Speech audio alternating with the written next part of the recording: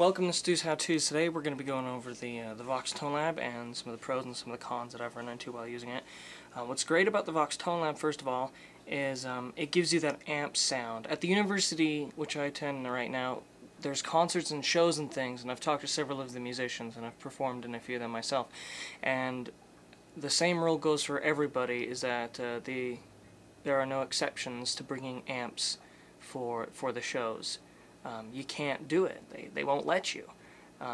They do allow you to bring a pedal, which then they plug into the sound system. It's just easier to move along when there's like 4, 5, 6, maybe even 8.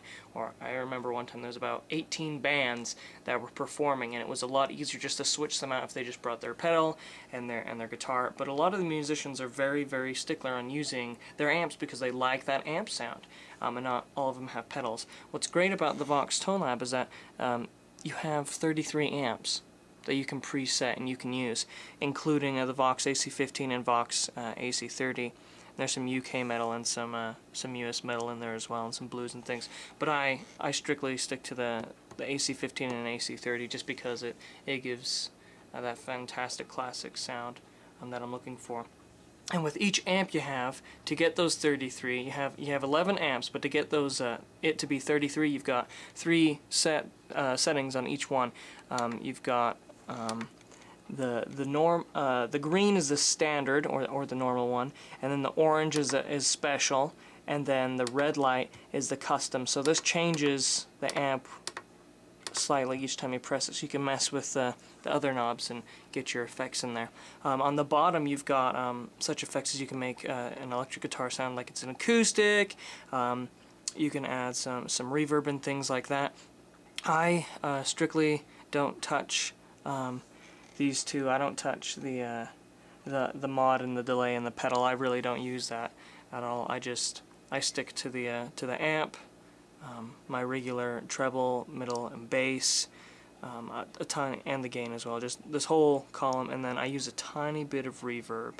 So that's what I do, and I'm going to go over the specifics in a minute, but I just want to go over a few of the more awesome details with this. It's got a built-in tuner, so once you turn it on, it loads up, and you'll see the little rainbow down there, and then it'll go to the last setting you were on. I was on 3, so it goes back to 3. If you press the little button right there, it takes you into a tuner, and so you can tune the guitar. Right now my guitar is plugged in and it's sitting over here, so it's humming a little bit, but there you go.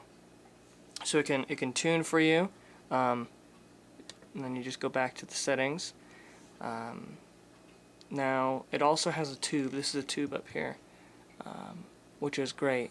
So it actually has that sound you need coming out of the pedal to get that. It actually has a tube in there. So I use a tiny bit of reverb, as I said before, and what's really great, and what I recently discovered, is that if you forget your presets, because you know you're going through set 1 on 3, you want to set 1 on 2, set 1 on 1, you know, and all that jazz, and it goes up further as well. But along with that, you'll be messing with the knobs, and you'll totally forget, oh crap, what was my one on this one that I wanted to do, you know, in a different setting. I can't replicate it, or you wanted to tweak it slightly. What's great about the knobs is that if you turn them, this is the gain right now, once you reach the appropriate setting that matches what you've already put in there, the little dot in the corner will light up. So watch this. There it is. I'm on 1.5 gain. And then for the treble, I'm on 9.9. For the middle, I think I'm on 10. There we go. Bass, it's on 2, and volume, what do I have on this? I think I'm at 10. So those are my presets for what I usually record on for all the demos and things, and that's just for the Rickenbacker.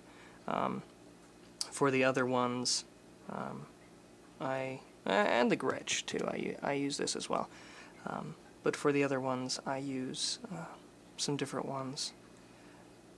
And for the amp, I just have it on the orange light on the AC30, which means it's special right now. So I just customize. There's no cabinet.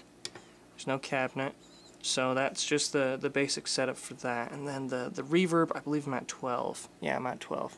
So that's what I use to give it sort of that little echoey feeling. If you listen to the Please Please Me record, they've got a lot of, like I Saw Her Standing There, and Do You Want to Know a Secret, and they got a lot of reverb in the background that they put on there on the earlier tracks. So if you want to do that live, you can turn it up a tiny bit more. I just like this right now for listening to it in my headphones because it just sounds better.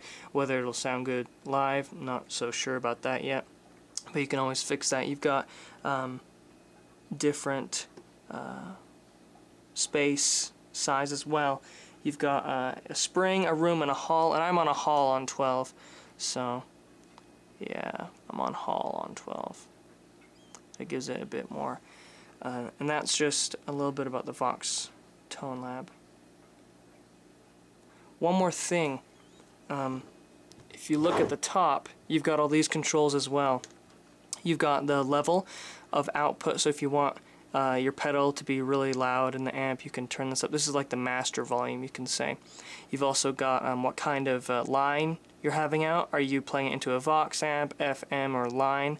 So you got 4 different settings there, and you can just look for the Vox Tonelab ST manual online, and it's like the first thing that pops up, and it'll go into detail about all of this stuff.